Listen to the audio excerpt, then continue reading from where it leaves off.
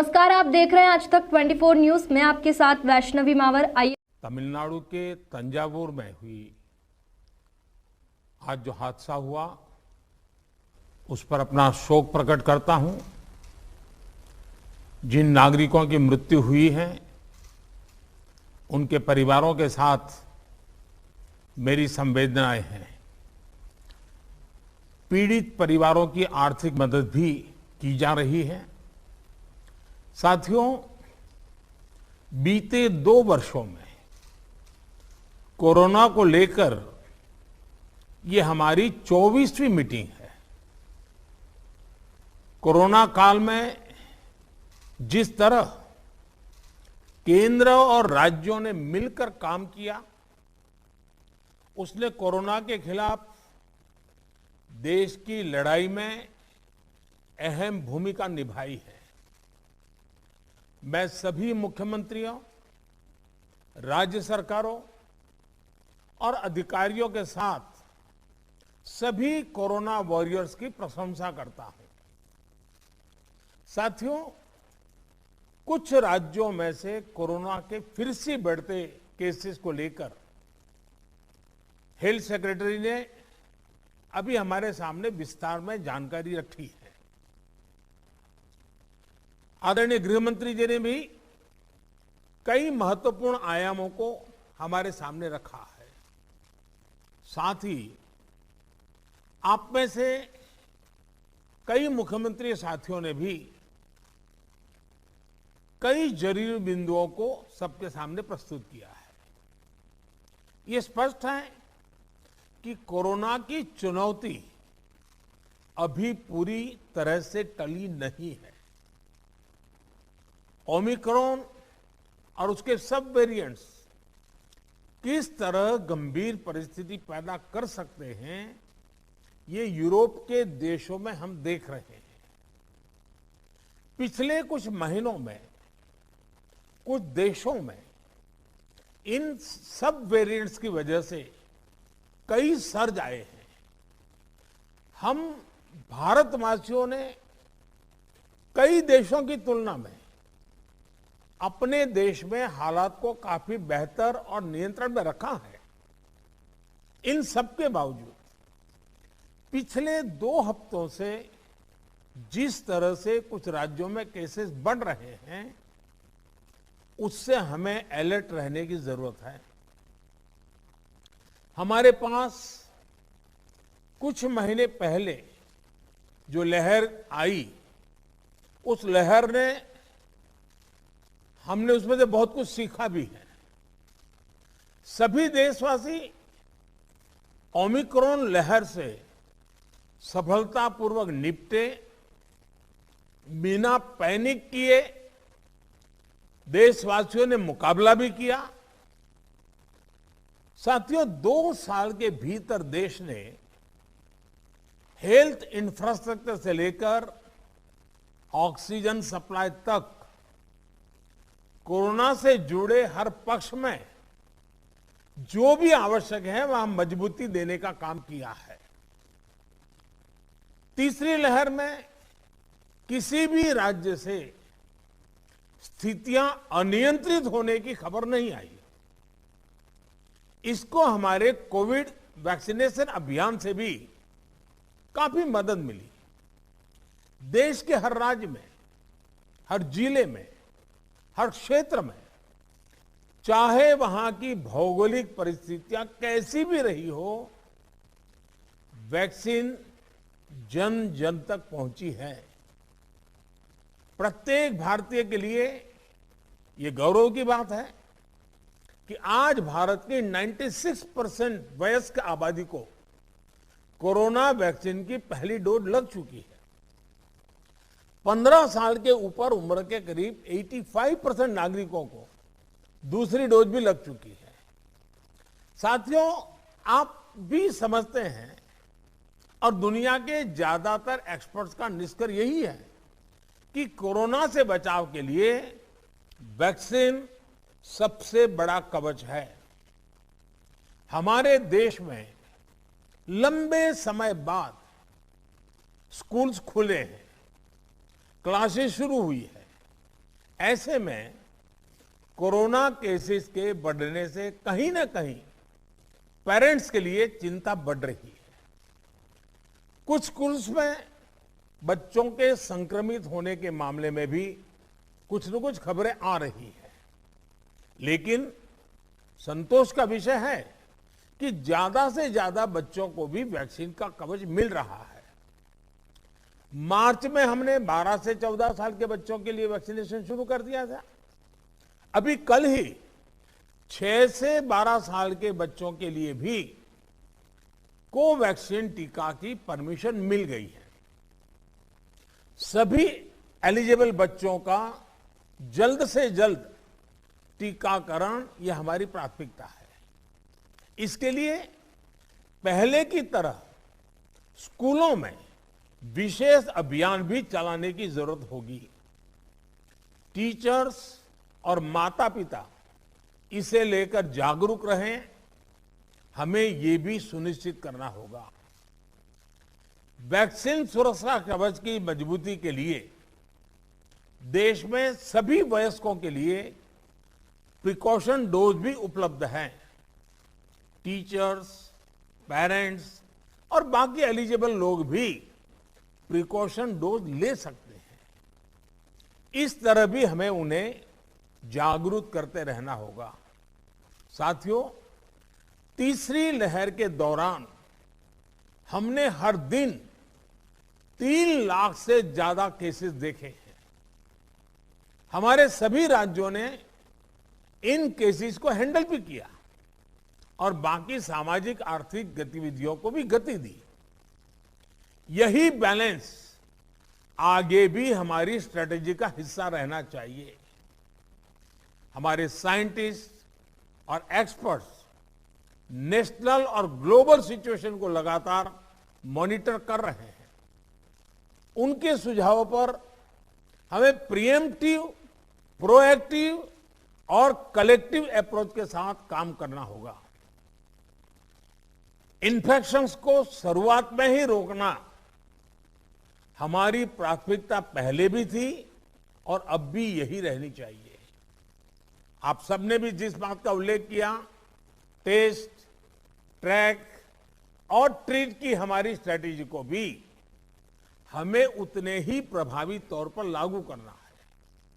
आज कोरोना की जो स्थिति है उसमें यह जरूरी है कि अस्पतालों में भर्ती मरीजों में जो हमारे गंभीर इन्फ्लुएंजा के केसेस हैं उनका 100% RT-PCR टेस्ट हो। इसमें जो भी पॉजिटिव आते हैं उनका सैंपल जीनोम सीक्वेंसिंग के लिए जरूर भेजें। इससे हम वेरिएंट की समय समय पर पहचान कर पाएंगे। साथियों, हमें सार्वजनिक स्थानों पर कोविड एप्रोप्रिएट बिहेवियर को प्रमोट करना है। साथ ही पब्लिक में पैनिक न फैले, ये भी सुनिश्चित करना है।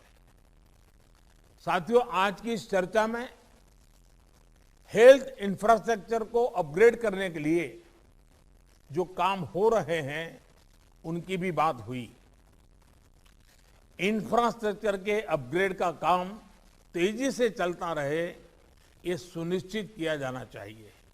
बेड्स, वेंटिलेटर्स और PSA ऑक्सीजन प्लांट जैसी सुविधाओं के मामले में हम काफी बेहतर स्थिति में हैं, लेकिन ये सारी सुविधाएं फंक्शनल रहे, हमें ये भी सुनिश्चित करना होगा और उसको मॉनिटर किया जाए, जिम्मेवारी तय की जाए, ताकि कभी जरूरत पड़े तो हमें संकट ना आए। साथ ही अगर कहीं कोई गैप है तो मैं आग्रह करूंगा कि टॉप लेवल पर उसको वेरीफाई किया जाए, उसको भरने का प्रयास हो। मेडिकल कॉलेजेस, जिला अस्पताल, इन सब में हमें अपने मेडिकल इंफ्रास्ट्रक्चर को भी स्केल अप करना है और मैन पावर को भी स्केल अप करना है। मुझे विश्वास है आपसी सहयोग और संवाद से हम लगा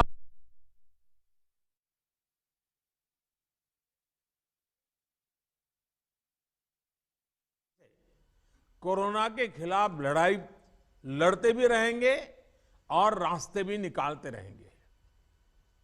साथियों, कोऑपरेटिव फेडरलिज्म की जिस भावना को संविधान में व्यक्त किया गया है, उस पर चलते हुए भारत ने कोरोना के खिलाफ मजबूती से ये लंबी लड़ाई लड़ी है।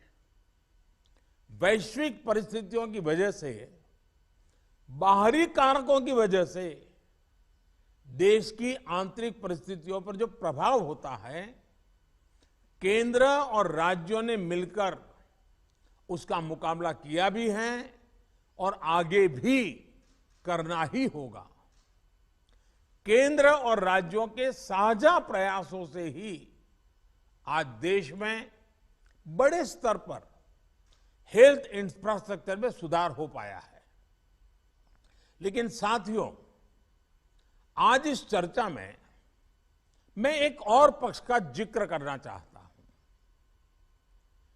आज की वैश्विक परिस्थितियों में भारत की अर्थव्यवस्था की मजबूती के लिए आर्थिक निर्णयों में केंद्र और राज्य सरकारों का तालमेल, उनके बीच सामंजस्य पहले से अधिक आवश्यक है। आप सभी इस बात से परिचित है कि जो युद्ध की परिस्थिति पैदा हुई है और जिस प्रकार से सप्लाई चेन प्रभावित हुई है, और ऐसे माहौल में दिनों दिन चुनौतियां बढ़ती जा रही हैं।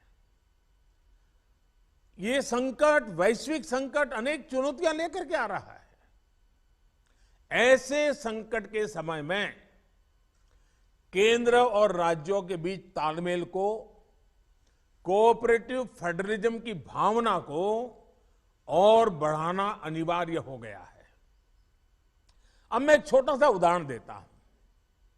जैसे पेट्रोल डीजल की कीमतों का एक विषय हम सबके सामने है। देशवासियों पर पेट्रोल डीजल की बढ़ती कीमत का बोझ कम करने के लिए केंद्र सरकार ने एक्साइज ड्यूटी में कमी की थी। पिछले नवंबर महीने में कम की थी। केंद्र सरकार ने राज्यों से भी आग्रह किया था कि वो अपने यहां टैक्स कम करे और ये बेनिफिट नागरिकों को ट्रांसफर करे। इसके बाद कुछ राज्यों ने तो भारत सरकार की इस भावना के अनुरूप यहां टैक्स कम कर दिया, लेकिन कुछ राज्यों द्वारा अपने राज्य के लोगों को इसका कोई लाभ नहीं दिया गया। इस वजह से पेट्रोल डीजल की कीमतें इन राज्यों में अब भी दूसरों के मुकाबले कहीं ज्यादा है। ये एक तरह से इन राज्यों के लोगों के साथ अन्याय तो है ही, साथ ही पड़ोसी राज्यों को भी नुकसान पहुंचाता है। स्वाभाविक है कि जो राज्य टैक्स में कटौती करते हैं उन्हें राजस्व की हानि होती है। जैसे अगर कर्नाटका ने टैक्स में कटौती नहीं की होती तो उसे इन 6 महीनों में 5,000 करोड़ रुपए से ज्यादा का राजस्व मिलता। गुजरात ने भी टैक्स कम नहीं किया होता तो उसे भी 3,500-4 हजार करोड़ रुपए से ज्यादा का राजस्व और मिलता। लेकिन ऐसे कुछ राज्यों ने अपने नागरिकों की भलाई के लिए, अपने नागरिकों को तकलीफ न हो इसलिए अपने वेट में, टैक्स में कमी की, पॉजिटिव कदम उठाए। वहीं गुजरात और कर्नाटक के पड़ोसी राज्य ने टैक्स में कमी न करके इन 6 महीनों में 3,500 करोड़ रुपए से लेकर के 5-5.5 हजार करोड़ रुपए तक अतिरिक्त राजस्व कमा लिया। जैसा हम जानते हैं कि पिछले साल नवंबर महीने में वैट कम करने की बात की थी, सबको मैंने प्रार्थना की थी, लेकिन कई राज्य मैं यहां किसी की आलोचना नहीं कर रहा हूं, मैं सिर्फ आपसे प्रार्थना कर रहा हूं, आपके राज्य के नागरिकों की भलाई के लिए प्रार्थना कर रहा हूं। अब जैसे उस समय 6 महीने पहले कुछ राज्यों ने बात को माना, कुछ राज्यों ने नहीं माना। अब कई राज्य जैसे महाराष्ट्र, पश्चिम बंगाल, तेलंगाना, आंध्र प्रदेश, तमिलनाडु, केरला, झारखंड, किसी न किसी कारण से उन्होंने इस बात को नहीं माना और उनके राज्य को, नागरिकों को बोझ कंटिन्यू रहा।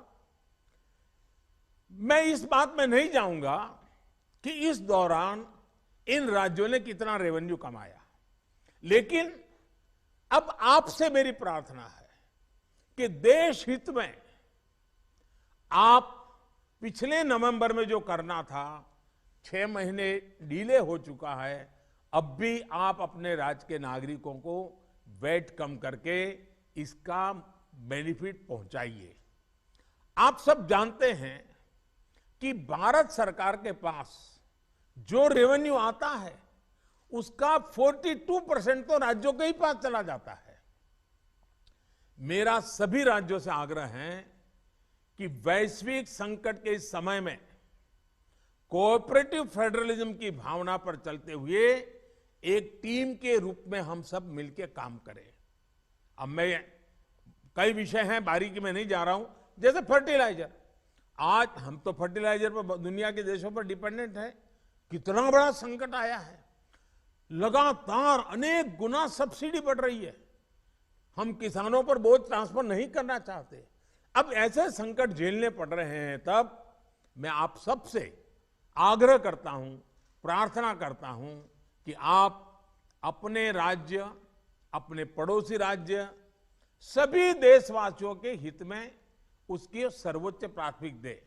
मैं एक और उदाहरण देता हूं। अब नवंबर में जो करना था नहीं किया, इसलिए पिछले 6 महीने में क्या हुआ है, आज चेन्नई में, तमिलनाडु में पेट्रोल करीब 111 रुपया के पास है। जयपुर में 118 से भी ज्यादा है। हैदराबाद में 119 से ज्यादा है। कोलकाता में 115 से ज्यादा है। मुंबई में 120 से ज्यादा है। और जिन्होंने कटौती की, मुंबई के ही बगल में दीव दमन में 102 रुपया है। मुंबई में 120, बगल में दीव दमन में 102 रुपया। अब कोलकाता में 115, लखनऊ में 105, हैदराबाद में 120 करीब करीब, जम्मू में 106, जयपुर में 118, गुवाहाटी में 105, गुड़गांव में 105 है। देहरादून, छोटा राज्य हमारा उत्तराखंड, 103 रुपया है। मैं आपसे आग्रह करता हूं कि आप 6 महीने भले जो कुछ भी आपका रेवेन्यू बढ़ा आपके राज्य के काम आएगा, लेकिन अब पूरे देश में आप सहयोग कीजिए। ये मेरी आपको विशेष प्रार्थना है आज। साथियों, एक विषय और जिस पर भी मैं अपनी बात आज कहना चाहता हूं। देश में गर्मी तेजी से बढ़ रही है और समय से पहले बहुत गर्मी बढ़ रही है, और ऐसे समय में हम अलग अलग स्थानों पर आग की बढ़ती हुई घटनाएं भी देख रहे हैं। जंगलों में, महत्वपूर्ण इमारतों में, अस्पतालों में आग की कई घटनाएं बीते कुछ दिनों में हुई है। हम सबको याद है वो दिन कितने पीड़ादायक थे जब पिछले साल कई हॉस्पिटलों में आग लगी, और वो बड़ी दर्दनाक स्थिति थी। बहुत मुश्किल समय था वो। अनेक लोगों को इन हादसों में अपनी जान गंवानी पड़ी थी। इसलिए मेरे सभी राज्यों से आग्रह है कि अभी से हम विशेषकर हॉस्पिटलों का सेफ्टी ऑडिट करवाएं, सुरक्षा के इंतजाम पुख्ता करें और प्राथमिकता के आधार पर करें। ऐसी घटनाओं से हम बच सके, ऐसी घटनाएं कम से कम हो, हमारा रिस्पांस टाइम भी कम से कम हो, जान माल की हानि ना हो, इसके लिए भी मैं आपको आग्रह करूंगा कि आप अपनी टीम को विशेष रूप से इस काम पर लगाइए और बिल्कुल मॉनिटरिंग कीजिए ताकि देश में कहीं हादसा न हो, हमारे निर्दोष नागरिकों को जान न गंवानी पड़े। साथियों, आप सभी ने समय निकाला, इसके लिए मैं एक बार फिर आप सबका आभार व्यक्त करता हूं और हमेशा मैं आपके लिए उपलब्ध रहता हूं। कोई भी जरूरी सुझाव आपके होंगे तो मुझे अच्छा लगेगा। मैं फिर एक बार आप सबका बहुत बहुत धन्यवाद करता हूं।